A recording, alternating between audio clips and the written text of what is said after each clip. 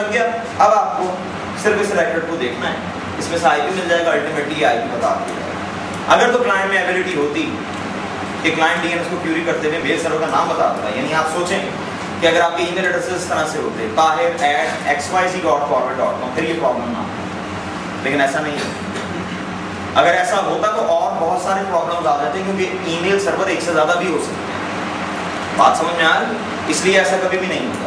Email address जो generate होगा वो हमेशा डोमेन नेम पे होगा। ठीक है, दो रेकॉर्ड्स बनेंगे, एक एमएक्स और एक एसोसिएटेड ए रेकॉर्ड। बात क्लियर हो गई? ले जी, ये बात हमारी मुकम्मल हो गई। सर ये बीट कर देते हैं सेटिंग, ये वाला स्टेप जो मैंने यहाँ की है सर दोनों रिकॉर्डिंग ये जनाब, एक तो आप रेकॉर्ड बनाएंगे पहले ए रेकॉर्ड, ये हमें अपने एंड पे बनानी है। नहीं अपने एंड पे बनाने की जरूरत सिर्फ उस सूरत में है जब आपका डीएनएस भी अपना है, नॉर्मली नहीं होता। तो आप आईएसपी को रिक्वेस्ट करते हो, बना देंगे। ठीक है, मैंने जितने भी प्रोजेक्ट्स किए हैं ना, उनमें सबसे पहले हम यही करते थे, उन्हें कॉल करके आईएसपी को बता देते थे कि ये बना, सबसे पहले ये काम।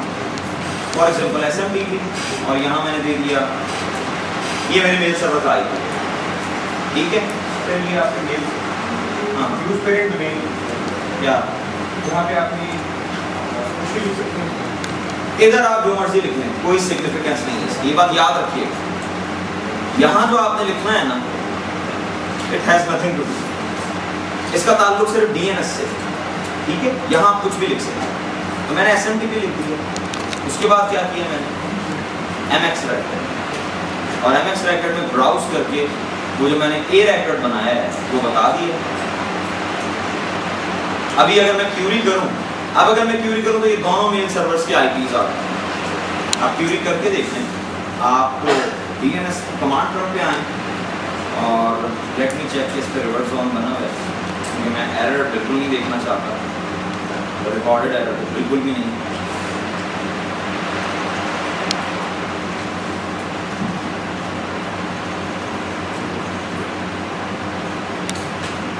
ओके जी, मैं यहाँ लिखता हूँ ns lookup minus query type, ठीक है, is equal to mx forward.com। दो आने चाहिए, देखें xyz.forward.com भी आ गया और smtp.forward.com भी आ गया, लेकिन ये बात याद रखिएगा, मुझे इसकी ज़रूरत नहीं, इसकी ज़रूरत दूसरों को। एमएक्स रेकॉर्ड की आपको ज़रूरत नहीं होती है, लेकिन नहीं होती। ये इसी तरह से है कि अगर आपका नंबर किसी के पास नहीं है तो आप कॉल रिसीव नहीं कर सकते। हाँ, अब आपको भी ज़रूरत है अगर आपको उस कॉल का बहुत ज़्यादा इंतजार है। अदरवाइज आपने जब आउटगोइंग कॉल करनी है, किसी को कॉल करनी है, तो उसके लिए उसका नंबर आपको चाहिए, ऐसा ही है। तो इसी तरह एमएक्स रेकॉर्ड अगर मिसिंग है तो आप ईमेल सेंड कर सकते हैं, लेकिन आप ईमेल रिसीव नहीं कर सकते। ठीक है, टेक्निकली अपने एमएक्स रेकॉर्ड की आपको ज़रूरत नहीं है, आपको ज़रूरत है दूसरों के एमएक्स रेकॉर्ड। आप हॉटमेल में मेल कर रहे हैं, हॉटमेल का एमएक्स रेकॉर्ड होना चाहिए। आप याहू पे मेल कर रहे हैं, याहू का एमएक्स रेकॉर्ड होना चाहिए। ठीक है, बात समझ में आ रही है? तो एमएक्स रेकॉर्ड दूसरों को मेल सर्वर की जो प्रेजेंस है उसका बताता है।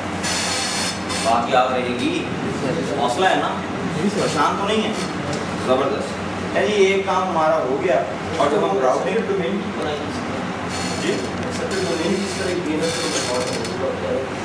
हाँ बनानी पड़ेगी ना। देखिए एक्सेप्टेड डोमेन तो बनी नहीं है, एक्सेप्टेड डोमेन तो हमारे पास बनी नहीं है। इनका सवाल ये है कि अगर आपके केस में डीएनएस में जाहिर है मेरी तो पैरेंट डोमेन ही और बन रही है, तो यहाँ आपको डोमेन्स बनानी पड़ेगी। ठीक है, बात समझ में आ रही है? मेरे केस में तो रूट डोमेन ये रेकॉर्ड tucit.com.pk ये मैं forward.com के अंदर बना सकता हूँ, बताएं मुझे? नहीं बना सकता ना, क्योंकि किसी भी जोन के अंदर जो भी चीज़ बनती है उसमें zone name as a suffix लग जाता है। अगर आप tucit.com.pk फॉरवर्ड के अंदर बनाएंगे तो पता क्या बन जाएगा वो, tucit.com.pk.forward.com।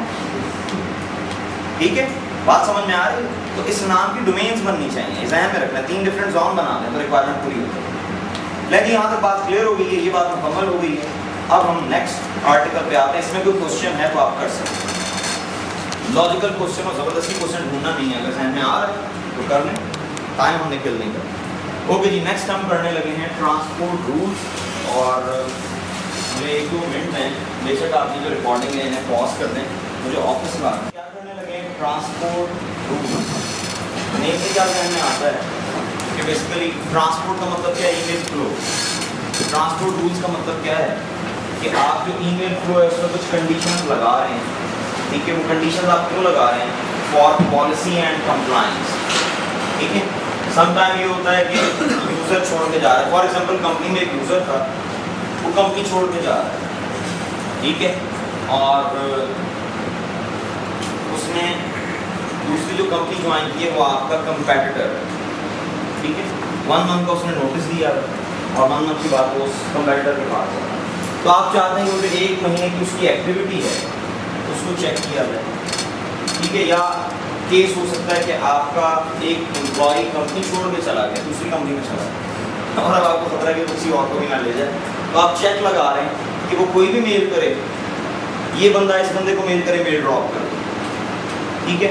या ये बंदा इस बंदे को मेल करे, सब्जेक्ट में ये लिखा हो तो मेल ड्रॉप कर दो। या कोई भी एम्प्लॉय ईमेल सेंड करे, उसके सब्जेक्ट में CV या रिज्यूम लिखा हो तो उसे क्या करो, उसे बॉस को फॉरवर्ड करो ताकि बॉस को पता लगे ये, ठीक है।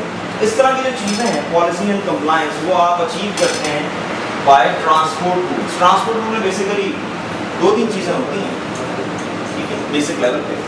एक तो ट्रांसपोर्ट रूल में आप बताते हैं कंडीशन, कि कौन सी कंडीशन है जिसे आप चेक करना चाहते हैं, ठीक है। लाइक मैं कंडीशन ये देता हूँ कि यूज़र ताहिर, ठीक है, यूज़र इमरान को अगर मेल करे तो उसकी एक कॉपी एडमिनिस्ट्रेटर को भी चली जाए। बात समझ में आ रही? यूज़र ताहिर को हम भी लॉग ऑन करवाते हैं, ये अगर ईमेल सेंड करे, कहाँ सेंड करे? एक और यूज़र को जिसका नाम इमरान है, तो हम इन दोनों की जो एक्टिविटी है वो मॉनिटर करना चाह रहे हैं, जिसके लिए हम चाहते हैं वो ईमेल जो है कॉपी हो जाए और किसे चली जाए? एडमिनिस्ट्रेटर, ठीक है। तो बाय डिफ़ॉल्ट तो ऐसा नहीं होता ना, बाय डिफ़ॉल्ट तो जिसको मेल आपने सेंड की है उसी को जाती है। तो इसके लिए आपको क्या करना पड़ेगा? ट्रांसपोर्ट रूल बनाना पड़ेगा, ठीक है। ट्रांसपोर्ट रूल भी आप कहाँ से बनाते हैं? Organization hub transport, once again, ठीक है। ऑर्गेनाइजेशन हब ट्रांसपोर्ट में आ जाए, वहाँ से आप